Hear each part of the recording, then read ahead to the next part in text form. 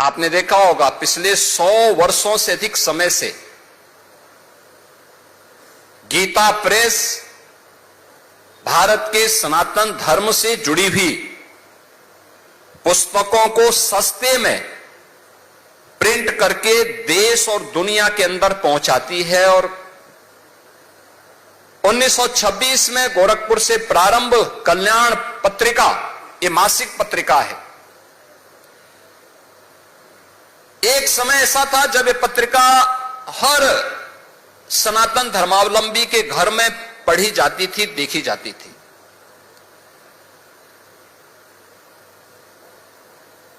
गोरखपुर की धरती, फिर गोरखपुर की चर्चा हुई। इलाहाबाद विश्वविद्यालय में वह प्रोफेसर थे, बहुत अच्छे साहित्यकार थे। और गोरखपुर की ही धरती ने मुंशी प्रेमचंद जैसा उपन्यासकार भी इसी गोरखपुर की धरती में अपनी कर्म भूमि बना करके उन्होंने अपने कई महत्वपूर्ण कृतियों को यहां की धरती में आगे बढ़ाया था। आज भी प्रोफेसर विश्वनाथ त्रिपाठी जैसे साहित्यकार हम सबके बीच में हैं। और आज यद्यपि दुखद समाचार हम सब के लिए है कि प्रख्यात साहित्यकार श्री रामदरस मिश्र जी हमारे बीच में नहीं है। मैं इस अवसर पर साहित्य सेवा, उनकी साहित्य सेवा के लिए उनकी स्मृतियों को नमन करते हुए प्रदेश सरकार की ओर से और प्रदेशवासियों की ओर से उन्हें विनम्र श्रद्धांजलि अर्पित करता हूं। लेकिन एक साहित्यकार जब लिखता है तो वह उत्साहित तब होता है जब उसकी साहित्यिक कृति को अधिक से अधिक लोग अवलोकन करते हैं, उसे आत्मसात करते हैं। और याद रखना, अच्छी पुस्तक हमेशा आपकी एक सच्ची साथी के रूप में, एक मार्गदर्शक के रूप में हमेशा आपके लिए एक नई प्रेरणा होगी। हमें उस नई प्रेरणा के साथ जुड़ने की आवश्यकता है। और इसलिए जब गोरखपुर में गोरखपुर पुस्तक महोत्सव का एक कार्यक्रम आयोजित हो रहा है, अगले 9 दिनों तक हमारा प्रयास होना चाहिए कि गोरखपुर विश्वविद्यालय के साथ साथ गोरखपुर की सभी संस्थाओं के लोग अलग अलग समय में यहां आकर के एक पुस्तक महोत्सव का अवलोकन करें। यहां पे तमाम मुद्दों पर चर्चा होगी। तमाम नई कृतियों और पुस्तकों का यहां पर विमोचन के कार्यक्रम भी संपन्न होंगे। समाज और जीवन से जुड़े हुए विभिन्न मुद्दों पर यहां पर विद्वानों के विचारों को सुनने, उनके अनुभवों को भी जानने का एक अवसर प्राप्त होगा। और साथ साथ इन 9 दिनों में अलग अलग समय में यहां पर सायंकालीन सत्र में लोक कला और लोक गाथा से संबंधित सांस्कृतिक कार्यक्रम भी होंगे। और मैं कहूंगा कि रवि किशन जी, आप जौनपुर के किस कैम्ब्रिज में पढ़े हम नहीं जानते, लेकिन कम से कम एक सांस्कृतिक कार्यक्रम यहां पे आने वाले लोगों के लिए और बच्चों के लिए एक अवश्य यहां प्रस्तुत करिएगा। बहन और भाइयों, आज डबल इंजन की ये सरकार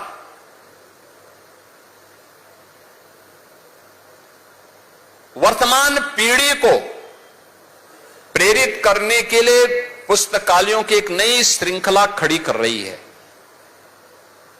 उत्तर प्रदेश के अंदर 57,600 से अधिक ग्राम पंचायतें हैं। हर ग्राम पंचायत में ग्राम सचिवालय की स्थापना का कार्य या तो पूरा हो चुका है या लगभग अंतिम उसमें है। और जहां पूरा हो चुका है वहां पर एक कक्ष केवल पुस्तकालय के, एक सभागार केवल पुस्तकालय के लिए है। पुस्तकालय के रूप में अच्छी पुस्तकों को क्रय करना और उसको वहां पर गांव के बच्चों के लिए, गांव के नागरिकों के लिए, गांव के बड़े बुजुर्गों के लिए भी अपने समय का बेहतर इस्तेमाल करने के लिए, उस पुस्तकालय के उपयोग करने के लिए आज एक व्यवस्था दी गई है। अपने बच्चे को विपरीत परिस्थितियों से जूझने के लिए उसके अंदर उस प्रकार का जज्बा पैदा करने की तैयारी कर रही है। प्रारंभ से ही उस प्रकार के संस्कार दीजिए। और इसीलिए आपने देखा होगा भारत की समस्या जो एक विकराल रूप लेती जा रही थी, उस विकराल रूप को ध्यान में रख करके, केवल भारत की नहीं दुनिया भर के युवाओं की है, उसी को ध्यान में रख करके प्रधानमंत्री जी ने देश के युवाओं के लिए एक पुस्तक स्वयं लिखी, जिसे आप एग्जाम वॉरियर्स कहते हैं। आपने देखा होगा यहां पर भी और बगल वाले सभागार में भी जो हम पुस्तकें दे रहे थे, तो उसमें से एक पुस्तक एग्जाम वॉरियर्स भी है, यानी परीक्षा की तैयारी। ये आपके सामान्य एनुअल एग्जाम हो या किसी प्रतियोगी परीक्षा से जुड़ी हुई तैयारी को लेकर के हो, कैसे हम सफलता प्राप्त कर सकते हैं, इसको लेकर के लिखी गई पुस्तक। बहुत छोटे छोटे कमेंट के साथ, उद्धरण के साथ प्रधानमंत्री जी ने बहुत सहज और सरल भाषा में पुस्तक लिखी है। और मैं चाहूंगा युवाओं से, वे प्राथमिक विद्यालयों से जुड़े हुए हों, माध्यमिक या उच्च शिक्षा से जुड़े हुए हों, विश्वविद्यालय से, तकनीकी संस्थानों से, चिकित्सा शिक्षा से या वोकेशनल एजुकेशन से या किसी भी अन्य उससे जुड़े हुए हैं, एग्जाम वॉरियर एक बार जरूर पढ़िए। एग्जाम वॉरियर आपको न केवल प्रतियोगी परीक्षाओं के लिए मानसिक रूप से संबल देगा, बल्कि कठिन समय में व्यक्ति चुनौती का सामना कैसे करता है, इसके लिए भी एक बेहतरीन मार्गदर्शक के रूप में एग्जाम वॉरियर आपके साथ आपका मार्गदर्शन करता हुआ दिखाई देगा। हम अक्सर जब धैर्य खोते हैं तभी हम फेल होते हैं। व्यक्ति जब भी हिम्मत से काम लेता है, चुनौतियों से जूझने के लिए अपने आप को तैयार करता है, तो मान करके चलिए कि आधी से अधिक समस्या का समाधान स्वतः हो जाता है।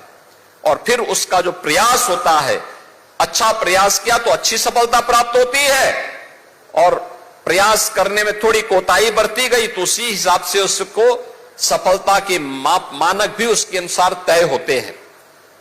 हमें जीवन में अच्छी पुस्तकों को क्रय करने की दिशा में प्रयास करना चाहिए। परंपरागत पाठ्यक्रम के इतर भी दृष्टि डाल करके अच्छी पुस्तकों को, धार्मिक प्रेरणा से पुस्तकों से जुड़ी हुई पुस्तकों को देखना चाहिए।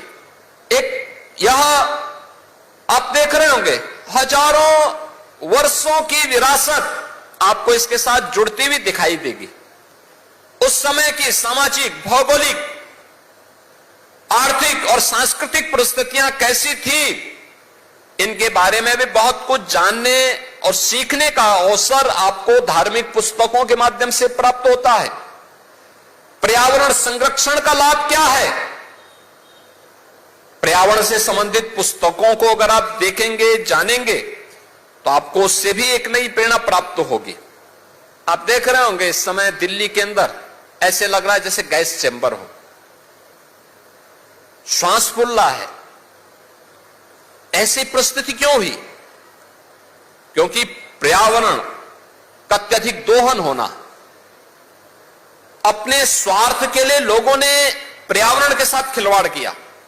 परिणाम आज हर व्यक्ति उसको भुगत रहा है।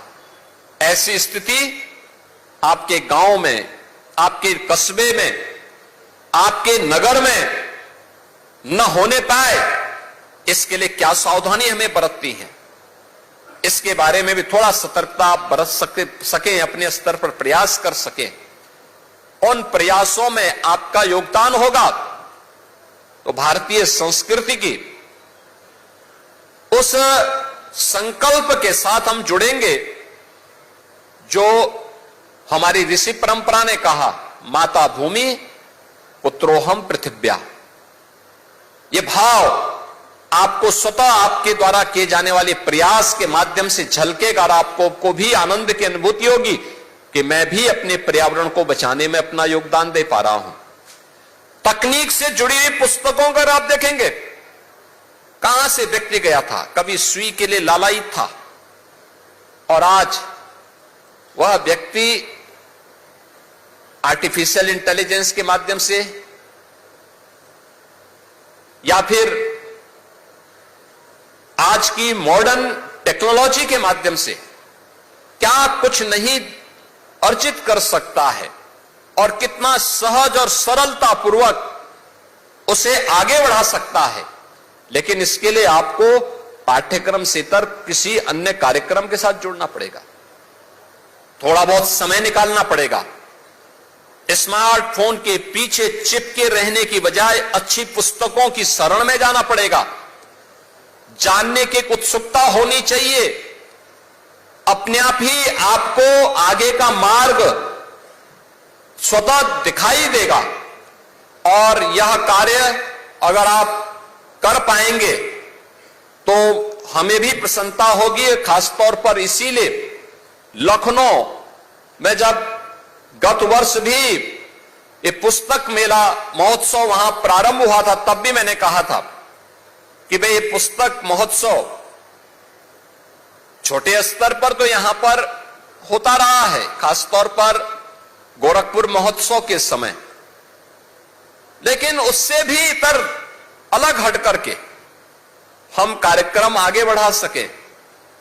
मैंने इसके लिए नेशनल बुक ट्रस्ट के पदाधिकारियों से, युवराज मलिक जी से भी मैंने कहा और इन सभी पदाधिकारियों को मैंने बार बार कहा कि भाई गोरखपुर में हो, और मुझे अच्छा लगा कि आज गोरखपुर पुस्तक महोत्सव का यह शुभारंभ हो रहा है और अगले 9 दिनों तक आपको यहां पे ढेर सारी पुस्तकों को जानने, देखने और यहां पर होने वाले विभिन्न प्रकार के कार्यक्रमों के साथ जुड़ने का अवसर भी प्राप्त होगा।